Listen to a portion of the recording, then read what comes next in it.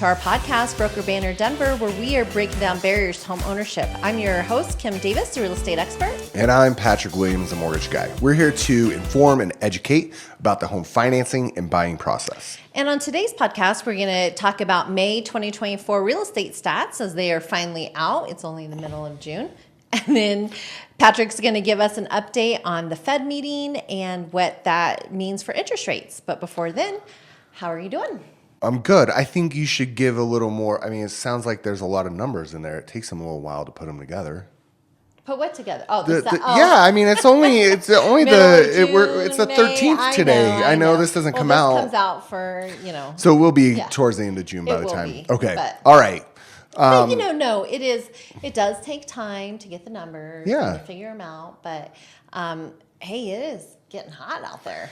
Yeah, yesterday wasn't a very good day. I think we tied a record for heat. Yeah, it was 97 in Denver yesterday.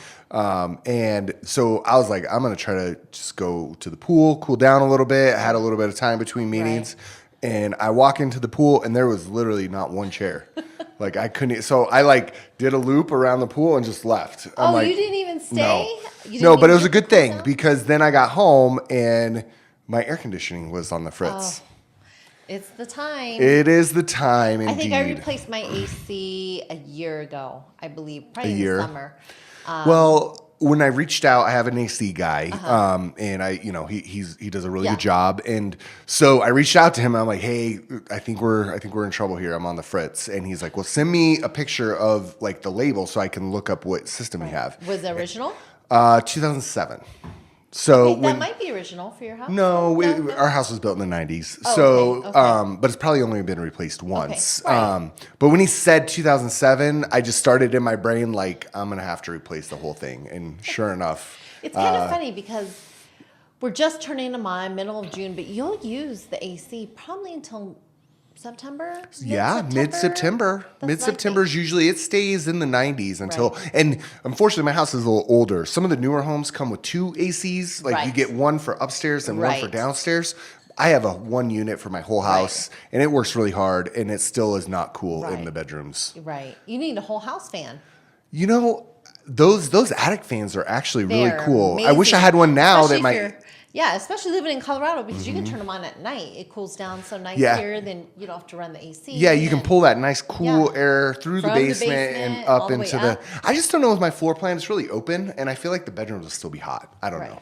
No, it'll be fine. And you just open up the window that you want the air to come to. So, yeah. Okay. Maybe I should look into that. Yeah, maybe we should get your HVAC guy on. He can talk about ACs and sewer and furnaces and... You know what? That might be a good idea. It would be a great idea. Well, hopefully he comes by Tuesday. He told me Tuesday would be the soonest. So there's a couple hot days before he's going to be able to make it out. But I feel pretty good. I bet if you call somebody else, it might have taken a long time. Yeah, that's true. It's like AC in the summer, furnaces in the summer, and, furnaces in the winter too. Yeah. Yeah. Hot water heaters, it seems like goes out. So I opened all the windows in the house last night, and then first thing this morning, I'm up pretty early. I was up by 5:30.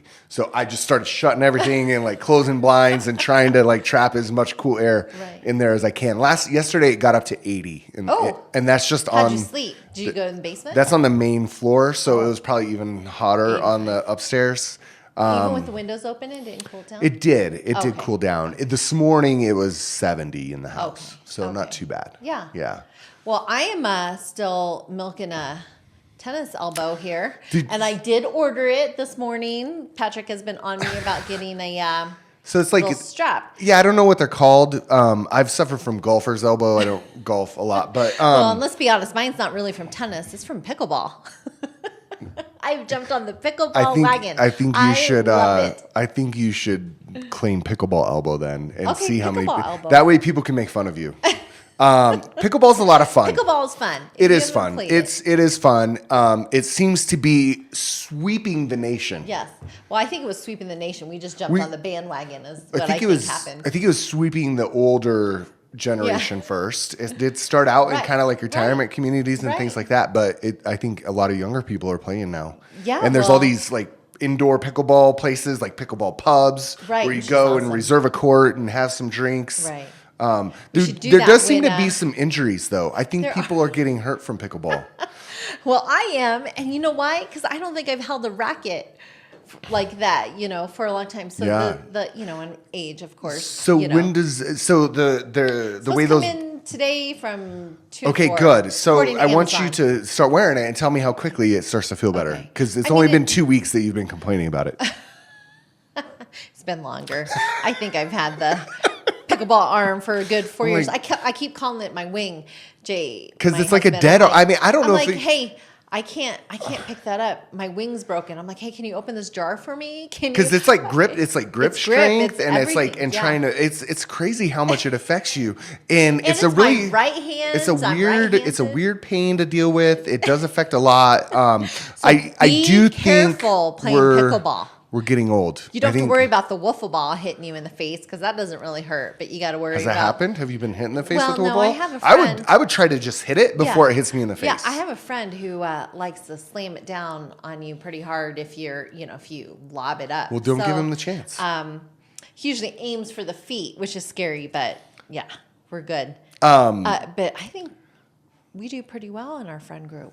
For the pickleball? Yeah. Well, maybe we should start entering some tournaments or something. Let's see how good we really are. I think we probably are terrible. Oh, I'm sure we're terrible. I mean, there's some I don't people. know, but There's I some watch a people lot. out there that are really good and they play a lot. Yes. Yeah. I've seen people who've made pickleball courts in their house. I mean, it is a fun game. You don't Yeah. have to move your feet as much. It's still decent exercise. I would describe it as like It's ping pong. it's like ping pong. Yes, it's But ping human pong. form. It's like you're standing on the ping pong table.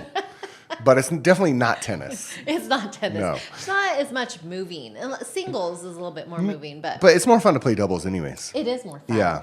And we've figured out the whole kitchen line and how to hit it. It's fun. It's I'm a a- little sad I haven't played for a while. Well, hopefully the Actually, elbow thing that the- changes where it'll help and The you start feeling husband better. cut me off. We were playing with the girls, my 2 girls, and I was in so much pain. I was hitting with two-handed, and Jay was like, "You're done." Yeah, He just pulled you. He's like, "You're done. No more. No more." You're get off the court. Yeah, in the middle of the game. That's I'm a little competitive. you might not really want to tell people that story. I don't know if I would be admitting that to people. I got pulled due to injury off the pickleball court. All right. All right. Well, let's get into some stats. You want to get into some real estate stats? I love real estate stats. Okay, do you? Yes, I do. I actually do. I know there's maybe a little sarcasm in that Yeah. statement. I tend to have a little bit of sarcasm. So do I. I love diving into the numbers. I like seeing what the market's doing, how it's reacting to Right. rates, what the demand looks like, supply. Like Well- I really do like real estate numbers. So I'm excited to hear what was happening so speaking here. about, how real estate market is, compared to the mortgage rates and what's been happening. Well, when we started out at the beginning of the year, we thought it was going to be a seller's market. We, I think, continue to talk about how we thought it was going to be a great year for real estate with 5.99%, of course, with which you'll get to later. But Yeah, we'll with, touch on that. Interest rates never getting there, and it doesn't look like it's going to get there this year. We have crazy amount of inventory right now sitting in the Denver metro area. So, That is great news. well, it's great news for buyers. It is. Absolutely. I mean, that the- means all those buyers have been sitting on the sidelines because They were hoping rates would come down, and finally they've decided we're done waiting. Regardless of what rates are at, we're comfortable at high 6, low Right. 7. I mean, it's interesting in both ways, right? We have talked about a little bit how we thought maybe people wouldn't move because they were stuck in or not stuck, but had the 2%, 3%. the golden handcuffs. Right, the golden handcuffs, right? Yep. But it looks like we are having people move. We are. And so because of that, our market in the Denver real estate, and this is at the end, so these stats are at the end of May, the market had over 9,100 active listings. That's Wow. condos and So what was it detached at the homes. end of what was it in May of last year? Do we know that? yes, we do. Oh, look And at that. I just need to get in the right category on my stats. But yes. Okay, so 91.59 is what we ended May in. In and 24. Then, but listen to this at the end of April, Yeah. 6,990. Oh. So we had an additional, what is that? You do the math. 30%. Yeah. I mean, it's over 2,000. 31%. It's over 2,000 new listings, Right. but yeah, an increase of over 30%. Yeah.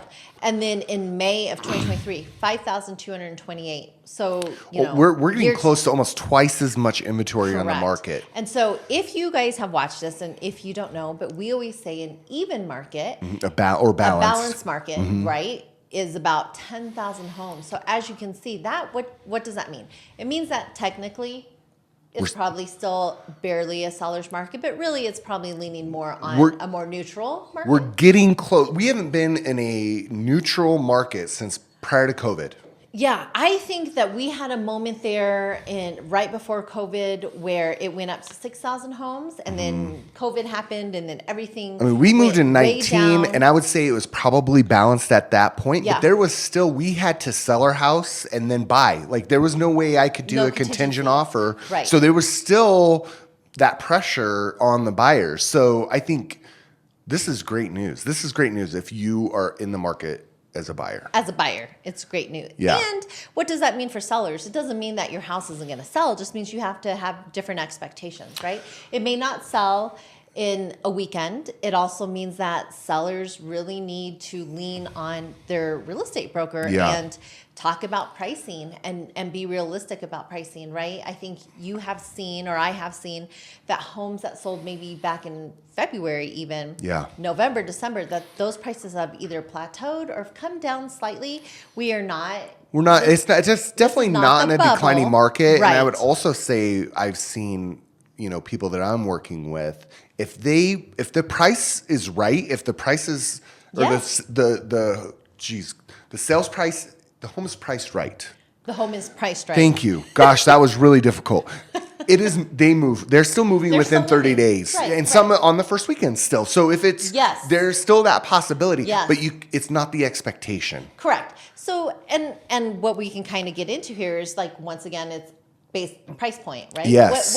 What's price point? Yes, doing? because there was a big difference last time. I know when we talked about the April numbers between kind of the lower end of the market and the higher end of the Right. market, there's some pretty large variances. correct. So let's talk about that. But really quick, if we can just get back to like the numbers here, and then we'll kind of go to that. But so this is the statistics for the 5 major counties in the Denver metro area. So Adams, Arapahoe, Douglas, Jeffco, and Denver. Yeah. Yeah, Denver County. How did I forget about Denver? Well, because it's small. Forget it's city Yeah, and county yeah, of yeah. Denver. Yeah. It's small. And so at the end of May, so detached homes, so homes that are not condos, not townhomes, Mm-hmm. that are sit-alone homes, those were 6,352 homes, so 4,719 at the end of April. So there you go again. That's a 34% increase. Almost 35. In detached Yeah. homes. Yep, 34.6%. Yeah. And then, of course, and then in attached homes, so condos and townhomes, 2,807. Last month was only 2,271, but last year was 1,508 homes. So, month over month, 23% in We're almost attached. up 100%. Yeah, it's from what we were a pretty year ago. amazing. So And you're seeing, but here's the thing is, as far as like what is still going under contract, Yeah. I mean, this month, which in Colorado, it used to be, and I would say it's kind of come back, that May, June, July, August are busy months here That's in real right. estate. I've seen it kind of push the last few years. Like July kind of slows down a little bit, and then August, September, is still like really great. But in May, 3,239 homes went pending or went under contract. Okay. And from just the month before, April, 3,166. So you see, we still have the same amount of buyers, right? There's Yeah. still that low now there's 3,000 more- buyers that are still looking for houses. that's right. So, but with more choices. Inventory, more choices. Yeah. Which gives buyers a little bit more power, right? It does. But the one thing that I'm seeing, I'm looking at these Yeah. stats that you sent me. The one thing that's jumping out at me Mm-hmm. is the last figure listed here, which is the close price to list price ratio. So how much does the home sell for based on how much it's listed for? Correct. And we're still 99.8%. 99.98%. So 99%, we're still the majority of homes. It's not like you're coming in and getting steep discounts or anything like that. No. You're still getting almost full asking on the majority Correct. of. So that jumped out to me because even though we're seeing inventory come up, there's The still pricing is still well, and of course our stats here are always just a little bit behind. We're always looking 30 days back versus ahead. So it'll be Sure. interesting to see when we hit June what those stats will look like. Yeah. But yeah, no, they are.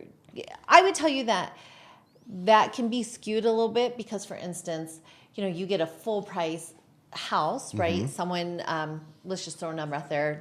Let's see here. The average price of a house right here on these stats are $803,000. That was for detached. Yeah. But let's say 800,000. Let's say someone makes an offer of 800,000, but they're asking for $20,000 because they either want a buy down, right, which we've talked about in our podcast, or they want $20,000 for concessions to help with closing costs. And it'll show up as a full price offer, but maybe they're getting a little more help, which is great for buyers.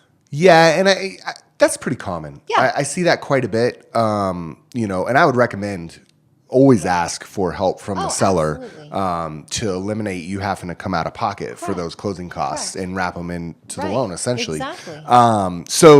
But did you see what the close price average is for detached? For detached, so the average shows 803 for May. And the average for April is 814. Yeah, do you see how that kind of went down? Just very slightly. like Slightly. 1%. Yeah, like not a lot. 1%. Yeah. I mean 1%. Well, no, that is 1%. Yeah, just so over 1%. just 1%. But when people hear the average close price of a detached home is 803, there's a difference between average and median, right? Correct. So what's the difference between the average and the median? So average is, going to cover all detached homes that have sold within the Denver metro area. So that includes, Russell Wilson's house that sold for $25 million, which right? I think he had to he took a come little down. bit of a loss. Yeah, on that. I think he had to sell it for less than he bought it for. And of course, the homes that are like starter homes, maybe or we have some that you can find in those, for 350 or 350, 400,000. We can still find a single family residence. So average takes all those numbers and then of course divides it by how many units you've sold, and so the average is around 800. So it does skew. What you're saying is it skews up. It typically. does skew up because the median, which is the middle ground of every home sold close. What's that? 660,000 for May, which last month just went down slightly, 661. But look at a year ago. So this is interesting. A year ago, May of 23, 656,500 was the median. And then the average last year was 790,000. So as we're saying, you can, as a buyer, you can get in, but you're not getting a big discount. I mean, look, you're 790, so it went up. Like prices still went up in that year. They did. And last year, I mean, I feel like we've had some relief. We hit 8% interest rates in October, and the housing market just came to a standstill. Yes. So we are seeing interest rates much lower than that today. And some plateauing of values. I mean, there's definitely not a decline in value. I'm not seeing, plateauing with like a slight uphill. That's right. Well, I guess this one went down just slightly from May to, I think April to May, but I think you'll see by the end of the year, that it will be, and when you look at year over year, we are still up. So affordability is getting better, is what I'm seeing. Yes. Because interest rates are coming slightly down. Yes. And the difference between an 8% interest rate and a 6.875 interest rate is quite a bit, especially when you look at that median price of 660. So that's good. Also good news. Yeah, it is. It's great news. Yeah. So just really quick, so we'll just tell you kind of like where our most, what the market trends are right now in Denver. So when we talked about April stats, we were saying, the busiest market was that $500,000 to $750,000 market, and that still holds true for this month. You can see on page 10, if you're looking, Patrick. You know what? I think I'm there. Okay. Yeah, thank you. You can see that 1,462 homes closed within that price point. And then, anything lower, which we do have things lower, about 500 homes from the 300 to 450.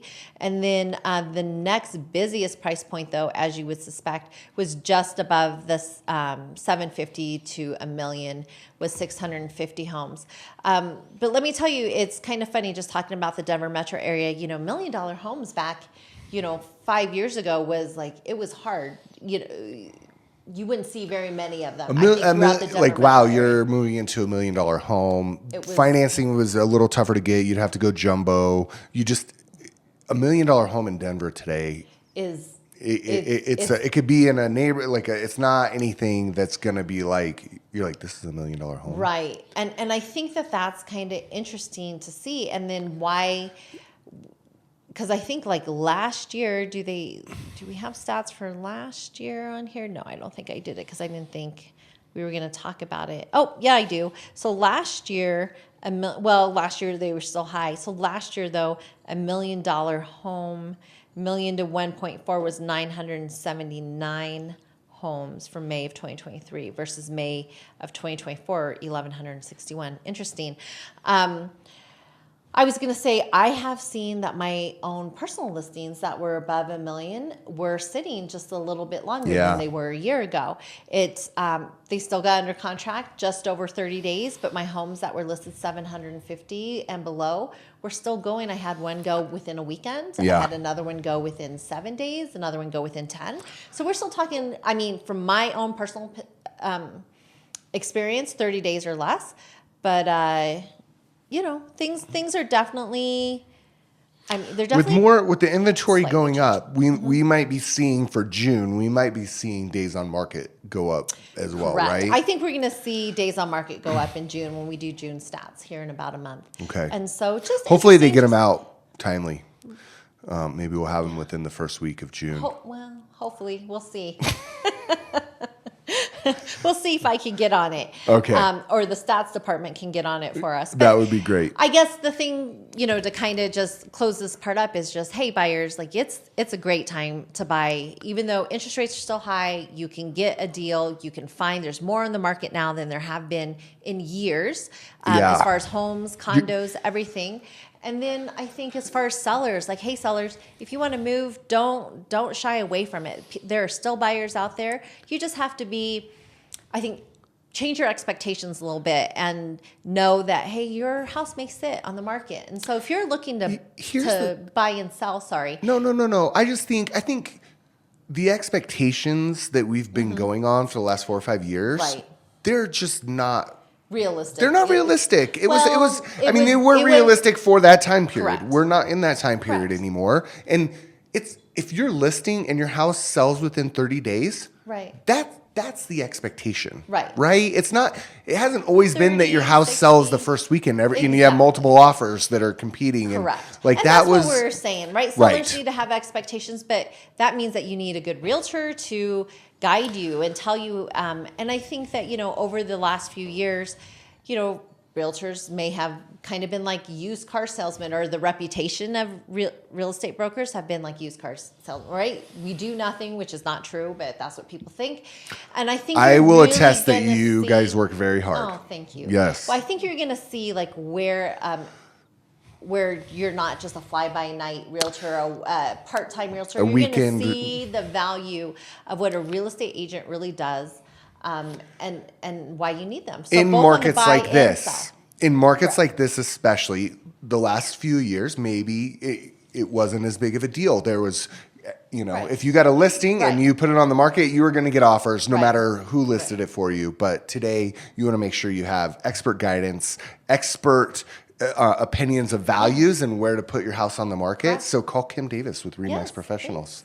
Thank you. You're welcome. And then, let's talk about mortgage. That's all I have, unless you had any questions. No, that's great. I do really like diving into these numbers. It's interesting to me because I have felt like the the golden cuffs maybe just starting to come off. It just feels like the market's starting to loosen up a little bit. People are getting a little more comfortable with the interest rates where they're at. Yeah. You know, It's starting to be the new normal. historically, where we're at today is It's really still not that lower. bad. Yes. You know, the average rate over the last 30 years is over 7%. Right. So we're really right in that place. You're right at that Yeah. average. Is it more expensive to borrow money today than it was 3 years ago? Yes. Absolutely. Yes, it is. Absolutely. But that's okay because we do see, so we're going to use that as a nice segue. Okay. Good job. Yeah, thank you. So yesterday was Yesterday, the 12th. the so this 12th will of come June. out. Yeah. So only a handful of times since 2008 have we had a day where CPI, which is the inflation gauge that the Fed uses, Consumer Price Index. that's right? correct, and that is the broadest Learning. measure of inflation, which also includes rent and gas. So that number came out yesterday. Also yesterday, the Fed meeting was completed, and we had the Fed chairman come out and give his press release. So only a handful of times had both of those things fallen on the same day, and it was kind of a crazy day. So we started out in the morning with CPI coming out first thing. It came in lower than expectations, which was a really nice sign of hopefully the pressures that we've been feeling with inflation are starting to subside. It came in about 0.1% lower than what we expected, and year over year down. So good sign. So everything reacted favorably. It was like, great, everything's Interest rates are going to come down. right, exactly. And then what happened? And then the Fed came out with their press release and said, look, we're seeing inflation is continuing to stick around. We're not seeing the progress that we wanted to see this time this year when we were projecting 3 or 6 cuts when we heard that last fall. And so we are projecting higher for longer and probably 1 interest rate cut this year. Right. So I have So at that point, we went the opposite direction. So it was like interest rates went up. they did. Yeah. They went up in the afternoon. I have a quote from him. So Fed Chair Jerome Powell said that inflation has eased substantially, ... right? Substantially. Substantially, but Yes. is still too high. So just, it says just, so no cutting rates. The Fed is projecting only 1 rate cut before year's end. One and rate what cut. does a rate cut mean? Like if they go down It'll be a tenth. quarter. No, it'll be a go down quarter. a They quarter. usually do it in Okay. quarters. I am guessing possibly November, but most likely December that we see Right. that first rate. So the prime rate is currently between 5 and 5.25, and it's the highest it's been in a really long time. I think the issue that we're seeing, and I might be getting a little bit too, but inflation in the past, they've always used interest to curb it. But at the same time, we still have a lot of government spending. And I really think that is a big issue. So the jobs report also came out, and that came out good on a week ago, Friday, with higher than expected numbers for new job openings and all of these things. And so people were shocked by that because that wasn't the tail that we were getting at the beginning of the week with the ADP numbers and all these things. And so the majority of hiring is in government and in healthcare. And so that's where the majority of those numbers come from. So that's why I So think you that that's number skewed a little bit. Yes. is So what the you're saying. one thing that can make the Fed change their mind about lowering interest rate is the job market. Okay. So if we start seeing people losing their jobs, we start seeing a slowdown in hiring, and we start seeing a softening in that job market, we're seeing unemployment at 4% right now. If we see that start to tick up, there's a chance that they'll soften their stance and maybe cut earlier than November. Well, in I guess positive news, interest rates are up, but hey, your money market accounts and should be good. Yeah, if you're a saver with low risk, you can throw your money in a money market and make 4 or 5%. Yeah, that's better. I mean, they were like 1%, 0.5%, a few years ago, right? They were, Yeah, so you it was weren't really making any dumb. money, It was yeah. dumb to have anything in a savings or money market, or a CD for that matter. But, I mean, realistically, and you tell me, but they're probably not going to make any big changes just with a coming election. You know, typically it's interesting in the history that when we look back on election years, typically interest rates come down. Oh, really? They do, and so we're not seeing that this year. Obviously, this election coming up is a little bit different than maybe the one we've seen in the past. So maybe that has something to do with it. I don't know. We're not getting into politics. No, we're definitely not. I'm not sure. Yeah. I'm not sure what's going to happen. I'm projecting that we stay right between the 6.25% and 7.25% for the rest of the year.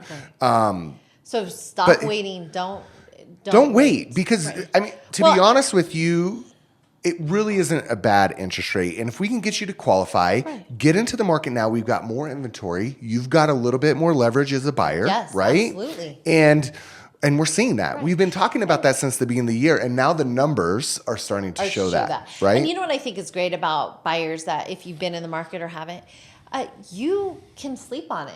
Right? Back 3 years ago, you had to make a decision. You saw the house for less than 5 minutes because there was 50 people waiting to get in the house. Or you were seeing it with 10 other couples or whatever. Such a big decision. And yes, such a huge decision. And to have to be like, we want it. Let's put an offer in. We have to do it. Like, I saw it for 2 minutes. That's stressful. That is stressful. And, buying a house is one of the stressful things they can do. I think they say marriages, weddings, and buying houses are... And starting a new job. Right. Yeah. And I had a client that was doing all three at the same time.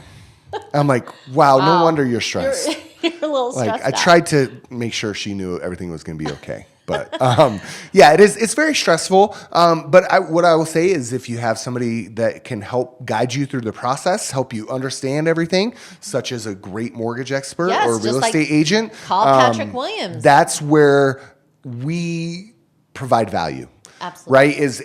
The majority of people do 3 to 4 real estate transactions in their lifetime. We do those every month. Plus, Yeah. So work with somebody that knows what they're doing, that can guide you through the process, and it's still going to be a little stressful, right? But we do our best to alleviate as much of that, set proper expectations ahead of time. Tell you that if you think that your realtor or mortgage broker haven't done anything, that means that they did a really good job. They took care of all the back end stuff and all the stress in the back end. That's what I tell people. Like, hey, that's a good point. If you think all they do is open doors, that means they did a great job. That's right, because nothing else came up through the transaction that was an issue. It's they're doing a bad job when you have to deal with stuff. When there's a lot of stress. I don't know if it's a bad job, but there are times that, things happen. Things happen. For instance, we just had a closing that the furnace went out the day before closing. That's a little stressful. But we figured it out, got through it, got to the closing table, and that's what it's about. Absolutely. Yeah. Finding solutions when things happen. Right, exactly. Correct. And knowing people that can get that fixed for you quickly. Exactly. And even with your numbers that you gave, possibly, we said 6.25%, 7.25%, but hey, if you get some money and you get a buy down, we can do a 2-1 buy down. Yeah. We can use those concessions to pay points and buy down the interest rate. Exactly. And make your payment where it needs to be so that you're comfortable. That's what exactly. Yeah. And I think as rates do start to come down at the mortgage company, if you buy with us, we're going to waive our lender fees a total of $14.69 in the future, so we can get you into that lower rate. Perfect. So it's almost a perfect. Yeah, no brainer, right? Hey, thanks, Patrick. That was awesome. Yeah. Great update. I think that covers it. I think it does. Yeah. I think we're done. Stay cool out there. Hopefully, I'll do my best. I've got a basement. So I'll be okay. Stay cool. Yeah, I will do my best. Maybe I'll find a chair at the pool one day. Not today. It's another 90-degree day. Probably not today. Yeah. Well, if you found any information on this podcast useful or valuable, please give us a like, share us. You can find us on YouTube, Spotify, and iTunes. Bye.